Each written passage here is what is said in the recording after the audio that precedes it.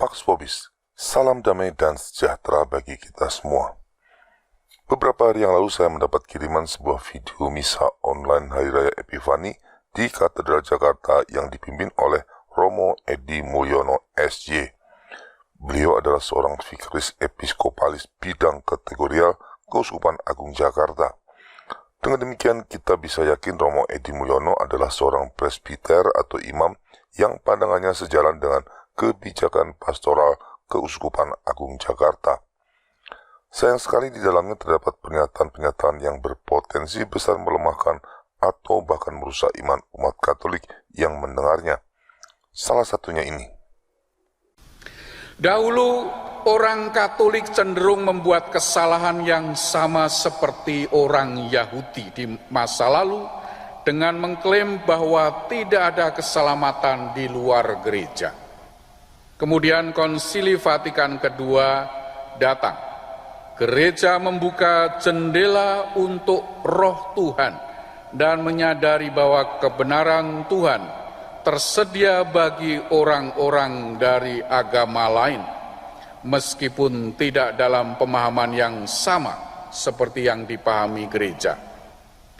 Perbedaan antara iman Katolik dan agama lain oleh karena itu bukanlah bahwa kita memiliki kebenaran Tuhan dan mereka tidak memiliki kebenaran Tuhan. Meskipun kita berada di jalan yang lebih baik, orang lain yang berada di jalan yang kurang terlalu baik mungkin menurut kita, juga dapat mencapai tujuan itu bahkan sebelum kita. Dari pernyataan tersebut dengan mudah umat yang mendengarkannya mengambil kesimpulan ini. Pandangan yang mengatakan di luar gereja tidak ada keselamatan adalah pandangan gereja Katolik yang kuno, keliru, dan sudah ditinggalkan. Benarkah demikian?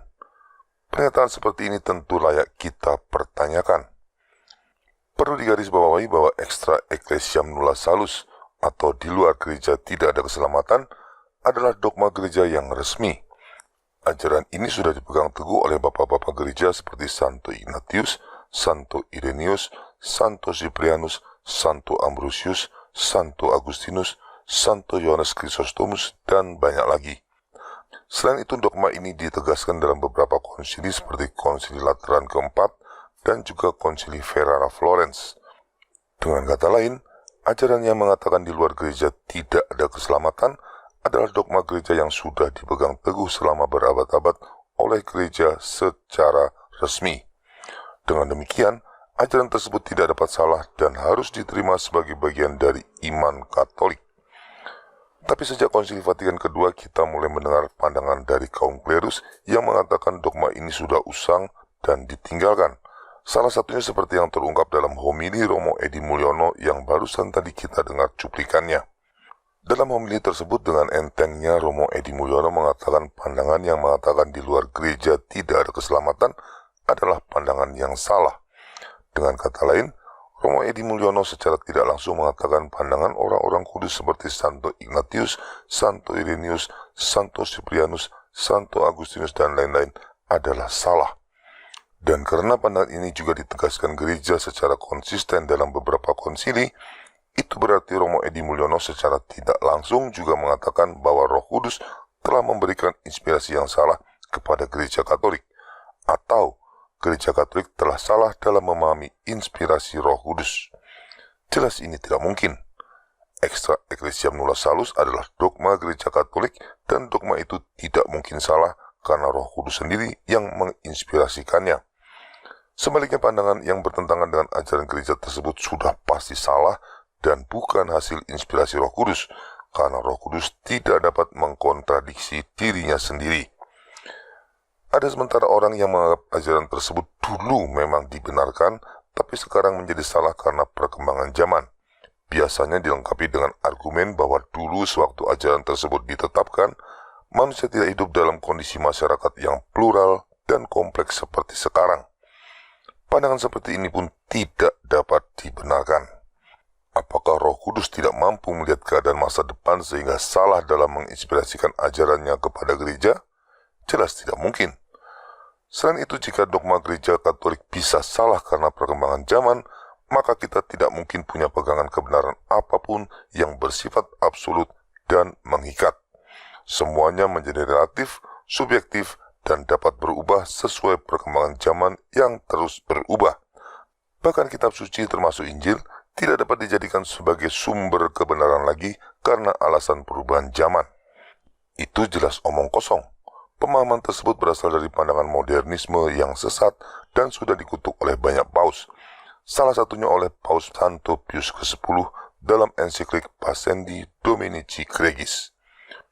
Justru yang harus kita waspadai adalah pernyataan-pernyataan nyeleneh seperti yang dikatakan oleh Romo Edi Mulyono dalam homilinya. Pernyataan semacam itu secara objektif jelas bertentangan dengan ajaran resmi Gereja Katolik. Rasul Paulus dalam surat Galatia mengatakan demikian. Tetapi sekalipun kami atau seorang malaikat dari surga yang memberitakan kepada kamu suatu Injil yang berbeda dengan Injil yang telah kami beritakan kepadamu, terkutuklah dia. Seperti yang telah kami katakan dahulu, sekarang kukatakan sekali lagi. Jikalau ada orang yang memberitakan kepadamu suatu Injil yang berbeda dengan apa yang telah kamu terima, terkutuklah dia. Surat Galatia bab 1 ayat 8-9.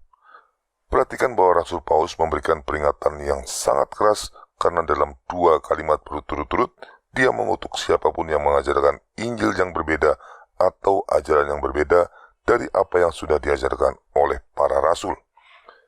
Jadi siapapun, tidak peduli dia seorang imam atau presbiter seperti Romo Edi Mulyono atau seorang uskup, bahkan seorang paus sekalipun, jika mengajarkan apapun yang berbeda dari apa yang sudah diajarkan gereja, ada di bawah kutukan Rasul Paulus. Ini bukan pendapat saya, tapi pernyataan dari kitab suci. Karena Romo Edi Mulyono adalah seorang vikaris episkopalis di Keuskupan Agung Jakarta, maka apa yang disampaikannya dalam homili dapat ditafsirkan sebagai pandangan pastoral dari Keuskupan Agung Jakarta. Ini tentu sangat membahayakan iman umat. Untuk itu Keuskupan Agung Jakarta perlu memberikan klarifikasi atas masalah ini. Benarkah dogma extra ecclesiam nulla salus sudah dinyatakan salah dan tidak berlaku lagi setelah adanya Konsili Vatikan II? Jika ya, atas dasar apa Konsili Vatikan II yang tingkatannya hanyalah konsili pastoral dapat menghapus dogma gereja yang resmi? Jika tidak, bagaimana tindakan Keuskupan Agung Jakarta terhadap para presbiter atau imam-imam yang dalam homili ataupun dalam katekesenya memberi kesan kuat kepada umat bahwa dogma tersebut tidak berlaku lagi setelah adanya Konsili Vatikan II? Tolong masalah ini jangan dianggap remeh karena dampaknya sangat buruk bagi umat. Ini kisah nyata yang terjadi baru-baru ini. Seorang kerabat saya di kota Medan yang kebetulan anaknya bersekolah di sebuah SMA Katolik paling terkenal di kota tersebut, menceritakan bahwa beberapa tahun yang lalu ada 8 orang lulusan SMA tersebut yang pergi melanjutkan kuliah ke Malaysia. Yang sangat mengejutkan, ketika mereka pulang dari Malaysia, 6 orang diantaranya sudah menyangkal imannya dan menjadi mualaf. Itu artinya 6 orang yang sebelumnya sudah dibaptis dalam iman Katolik dipastikan kehilangan keselamatan kekal jika mereka tidak bertobat. Siapakah yang salah dalam hal ini? Orang tuanya kah yang gagal memberikan bekal iman?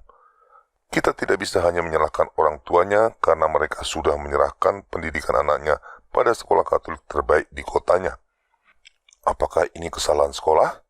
Juga tidak bisa ditimbangkan sepenuhnya pada sekolah, karena sebagai sekolah Katolik terbaik tentunya telah memberikan pendidikan iman Katolik yang terbaik sesuai dengan tuntunan yang diberikan oleh keuskupan.